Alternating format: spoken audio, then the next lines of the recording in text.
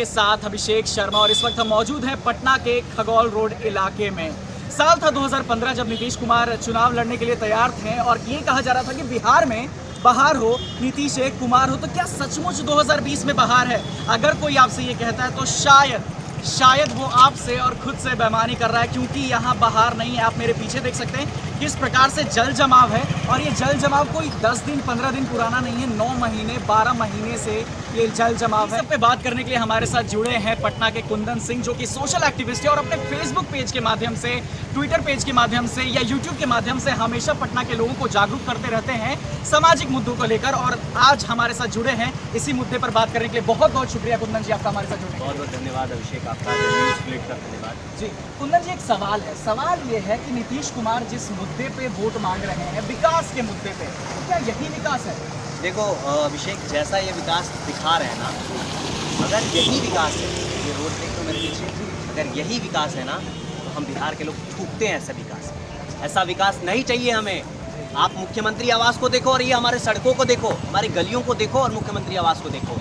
विकास उसको कहते हैं जो अने मार्ग में हुआ है, विकास इसको नहीं कहते। ये महीनों सालों यहीं ऐसे पानी लगा रहता ना, ये विकास नहीं है। विकास अने मार्ग जाकर देखो। और अगर मुख्यमंत्री कहते हैं कि ये विकास है तो थूकते हैं ऐसे विकास। अच्छा कुंदन जी, ये भी कहा जाता है जब हम पटना के सड़कों पे गाड़ियां लेकर दौड़ते हैं तो हर जगह कहीं ना कहीं नुक्कड़ पे एक स्मार्ट सिटी का प्रोजेक्ट दिखता है। तो क्या यही स्मार्ट सिटी है पटना का? देखिए, स्मार्ट सिटी प्रोजेक्ट कैसा चल रहा है ना, बिहार में 4 शहर स्मार्ट सिटी हुए, भागलपुर, बिहार शरीफ, पटना और एक है आपका मुजफ्फरपुर।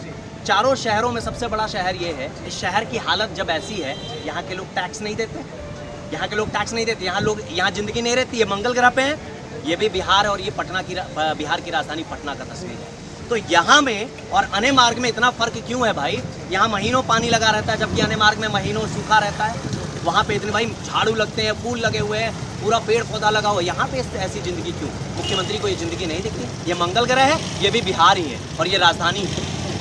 अच्छा कुंदन जी, ये मेरा पर्सनल सवाल है आपसे। मैं आपके फेसबुक पेज से जुड़ा हुआ हूँ, आपको देखता हूँ कि आप एक सोशल एक्टिविस्ट के तौर पे काम करते हैं, लेकिन मध्यम ये भी आवाज़ उठने लगी कि कुंदन सिंह जो सोशल एक्टिविस्ट हैं वो प्लूरल्स के साथ जाके जुड़ चुके हैं। क्या मतलब एक सोशल एक्टिविस्ट राजनीति में क्यों घुस गया? देखिए, सोशल एक्टिविस्ट को इन वजहों से राजनीति में घुसना पड़ता है। क्या होता है ना कि यहाँ से 15 साल से यहाँ की जो जनप्रतिनिधि हैं वो सरकार में, अगर वो सरकार में इसकी आवाज़ उठाई होती ना तो ये हालत नहीं होता। यहाँ के लोगों को 500 रुपये 1000 रुपये देना ये विकास नहीं हो सकता है। मेरे पैमाने पर वो विकास नहीं है।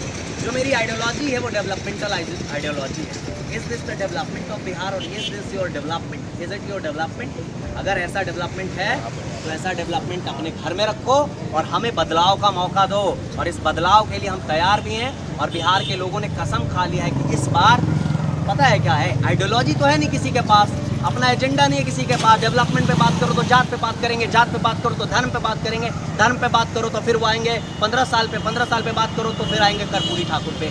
क्या हम इन्हीं सब चीज़ों में फंसे रहे? बिल्कुल नहीं। कोई बात नहीं करता, हमारी तो बात ही नहीं करता कोई। सारे लोग गठबंधन। अरे गठबंधन का होता है क्या मतलब? थोड़ा तुम खाओ थोड़ा हम खाएं, यही गठबंधन होता है। गठबंधन की सरकारें कभी भी एक सफल एजेंडा नहीं दे सकती, ये होता है मतलब गठबंधन का।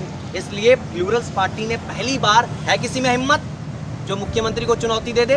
पहली बार प्लूरल्स की नेता और पुष्पम चौधरी ने कहा है कि मैं मुख्यमंत्री बनना चाहती हूँ। इसलिए क्योंकि पूरे विश्व में अगर कहीं बिहार का नाम आता है तो उसके पिछड़ेपन की वजह से आता है, और मैंने उसको सहा है। उन्होंने सारा पेपर बिहार के पिछड़ेपन पे रिसर्च किया है, और इसलिए वो लंदन से यहाँ आई हैं कि मैं अब बहुत देख लिया मैंने। और सारे बिहार के पढ़े लिखे लोग, मेरे पास बहुत ऐसा डेटा है जिसमें इंजीनियर है, डॉक्टर है, प्रोफेसर हैं, IT स्पेशलिस्ट हैं, इन्फोसिस के बंदे हैं, माइक्रोसॉफ्ट के हैं, लोग जो कह रहे हैं कि नहीं, we want to change Bihar. और इसके लिए मुझे 15 साल 30 साल वालों को नहीं लाना, उसको नहीं लाना है। यही कारण है। कुंदन जी, मैं आपको यहाँ पे रोकना चाहूँगा। आपने पुष्पम चौधरी जी का जिक्र किया। मैं आपसे जानना चाहूँगा कि इस विधानसभा चुनाव में प्लूरल्स पार्टी की ओर से एजेंडा क्या है, किन मुद्दों पर चुनाव लड़ना चाहते हैं? देखो, सबसे पहली बात, हमारी बात यह है कि अगर किसी में हिम्मत है बिहार में तो स्वच्छ राजनीति करके दिखाए, और नहीं तो प्लूरल्स के एजेंडे को अपनाए। पूरे बिहार के 243 सीटों पे प्लूरल्स कैंडिडेट उतारेगी। अच्छा, मेरे कैंडिडेट जो होंगे, तो मैंने पहले भी कहा और आज भी कहा कि हमारे जो प्लूरल्स के कैंडिडेट होंगे, एक भी व्यक्ति पे आपराधिक मुकदमा नहीं होगा। आई रिपीट इट अगेन, एक भी व्यक्ति अनपढ़ नहीं होगा, एक भी व्यक्ति ऐसा नहीं होगा जो 84 साल की उम्र में जो राज्यपाल बनते फिरते हैं ना, जो पार्टियों के लोग 84 साल की उम्र में राज्यपाल बना देते हैं, जो मर जाते हैं राज्यपाल बने बने, वैसे लोगों की ज़रूरत नहीं है। अगर आप सीनियर हैं आप एडवाइजरी कमेटी में आइए, लेकिन अगर आप युवा हैं तो आपको राजनीति का मौका मिलना चाहिए। क्यों ऐसा हुआ? 3 करोड़ 60 लाख वोटर युवा है बिहार में, जिसकी उम्र 18 से 39 साल है। 60% युवा है। एग्जैक्टली। और 3 करोड़ 60 लाख में कितने युवा जो विधानसभा में है इस उम्र के? सिर्फ 2 लोग, लालू जी के दोनों। क्यों? संविधान को कब्जे में कर लिया है ना? क्यों वही, सिर्फ वही क्यों? हमें भी एबिलिटी है, आप में है, सब में एबिलिटी है, मौका क्यों नहीं देते? तो युवाओं को बरगलाने का अब तक का हथियार जो था इसका फेल हो गया है। अब भ्रष्ट बनाम स्वच्छ की राजनीति होनी चाहिए। आपने कितना भ्रष्टतम सिस्टम दिया और मैं कितना स्वच्छ सिस्टम देना चाहता हूँ। सब लोग बात करते थे 33% रिजर्वेशन। पूरे इंडिया में क्राइम अगेंस्ट वीमेन और वीमेन टॉर्चर के लिए बिहार बदनाम है। पहली बार प्लूरल्स ने ये डिसाइड किया कि 50% सीट्स पे हम वीमेन कैंडिडेट उतारेंगे, 50%। और 33% की बात करते हैं ना ये लोग, 33% तो किया ही नहीं है। तो हम तो 50% कह के दे रहे हैं ना। अब तुम्हारी हिम्मत है तो 51% कर दो। सही बात कहा आपने। अच्छा, एक और सवाल मेरे मन में ये आया कि मुद्दा आखिर आप युवाओं की बात कर रहे हैं, 60% युवा है बिहार में, महिलाओं की बात कर रहे हैं, तो इन लोगों के लिए क्या करना चाहती है पुष्पम जी साहब? देखिए, सबसे बड़ी बात की पुष्पम जी जब आई तो हज़ारों फैक्ट्रियों में गई जो बिहार में बंद पड़ी। 29 चीनी मिलें थी बिहार में, अब सिर्फ 7 या 8 ऑपरेट हो रही हैं, 20 बंद है। उस 20 बंद होने का कार्यकाल क्या था, ये लोग पूछना चाहते हैं बिहार के। अगर 15 सालों में बंद हुआ, पिछले 15 सालों में, तो आपने क्या किया मुख्यमंत्री जी? 15 सालों में आपने चालू क्यों नहीं करवाया? तो हमारे रोजगार तो ऑलरेडी है और था भी, लेकिन इन्होंने बंद कर दिया। मोकामा में भारत वैगन फैक्ट्री था, मैकडोवेल्ड की फैक्ट्री थी, बाटा फैक्ट्री थी, मढ़ौरा में चीनी मिल था, बहुत सारी ऐसी, बेटा में चीनी मिल था, बहुत सारी ऐसी फैक्ट्रियाँ थी जो आज बंद है और उसको रिनोवेट कराने, उसको रीओपन कराने की जरूरत है। वहीं से रोजगार आएगा, वहीं से आएगा रोजगार।